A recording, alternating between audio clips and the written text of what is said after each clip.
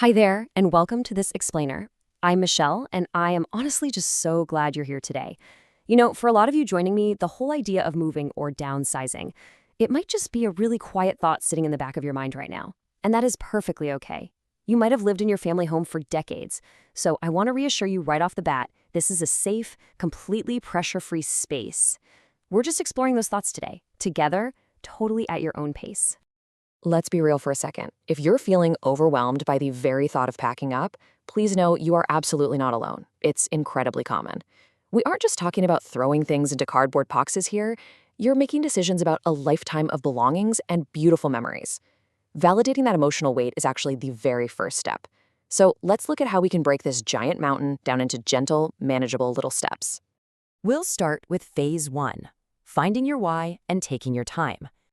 The mental preparation you do right now is literally the most important step of this entire journey.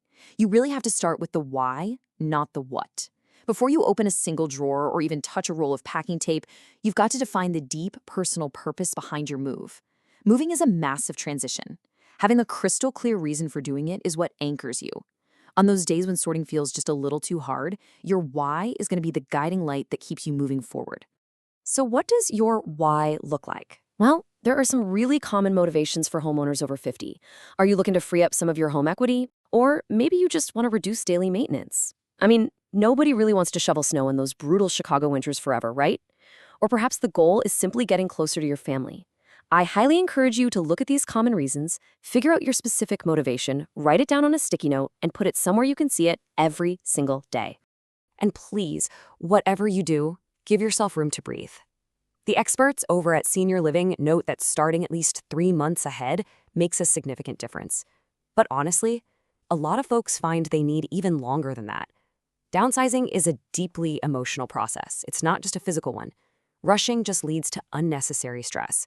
So give yourself the beautiful gift of time. Moving right along to phase 2, a simple sorting strategy. Now, the absolute most crucial point here is to never ever start with the highly emotional rooms. Skip the primary bedroom or the family study for now. Instead, you want to build up some momentum by tackling the practical spaces first. The garage, the spare bathroom, the utility room. These areas usually hold pure clutter, like those mystery boxes of tangled cables we all seem to have, rather than sentimental family heirlooms. Getting some early wins under your belt in these spaces will make the rest of the house feel far less daunting. As you're sorting through those early rooms, I really want you to lean heavily on the 1-year rule. It's super simple. If you haven't used it, worn it, or even looked at it in 12 months, it's probably a candidate to let go. This works absolute wonders for kitchen items. Honestly, you really don't need 4 sets of mixing bowls or that fancy bread maker that's literally still sitting in its original box. And remember, letting it go just means you're letting someone else out there enjoy it. You've probably heard of the traditional keep, donate, discard method. But let's reframe that into something much warmer, shall we? Keep what you genuinely love and use daily. Gift what carries meaning to people who will actually cherish it.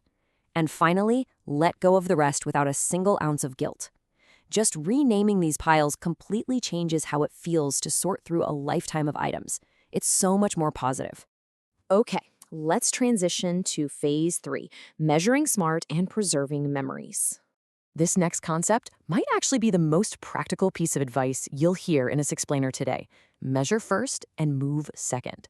Look, a gorgeous large sofa that perfectly anchors a big family home or a dining table that easily seats 8, they simply have no place in a cozy condo built for 2.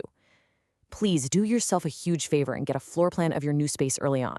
Make your furniture decisions based on the exact, literal dimensions of reality, not what you just hope might magically squeeze in. Now let's talk about the hardest items to part with. The family photos, the children's old drawings, the faded newspaper clippings. The really wonderful news here is that you do not have to throw away the memory just because you're letting go of the physical item. Scan them, digitize them. There are amazing services out there like Legacy Box that can even digitize your old home VHS tapes. This lets you keep your precious family archives right at your fingertips without having to haul heavy, dusty boxes into your fresh new space. For everything else you're deciding to part with, remember that items in good condition totally deserve a second life. You can sell valuable pieces through local estate sales, Facebook Marketplace, or eBay, or you can donate to some wonderful organizations right here in Chicago and the south suburbs, places like Habitat for Humanity's Restore or your local churches. Whatever is left over, just discard it responsibly. The ultimate goal here is to move as little unnecessary weight as possible. Which brings us to phase 4, building your support team. I honestly cannot stress this enough. Downsizing is not a solo sport. You absolutely 100% do not have to do this all by yourself. A fantastic, incredibly trusted local network already exists right here in the Chicago area to help you handle the heavy lifting. You can connect with a senior real estate specialist, reach out to professional move managers, or just explore AARP's free downsizing resource page. The help is out there, just waiting for you to use it. And finally, phase 5, embracing your new chapter. I'd say this is the absolute most important part of our explainer today. We are pivoting entirely away from what you're leaving behind, and we're looking directly at the joy of what you are gaining. Think about it. When you downsize, you're gaining a home that takes so much less energy to manage. You gain financial flexibility and way more time for the hobbies and the people you actually enjoy. Less weekend maintenance means you're giving yourself the gift of a fresh start in a space that perfectly fits the beautiful life you're living today. I really want you to take a moment and let this sink in. That is not a loss. That is a very, very smart move. It's a powerful, incredibly positive step forward into a wonderfully liberated lifestyle. To help you on this journey, I have a gentle little parting gift for you. In my resource library, there are 2 free guides written exactly for this moment in your life.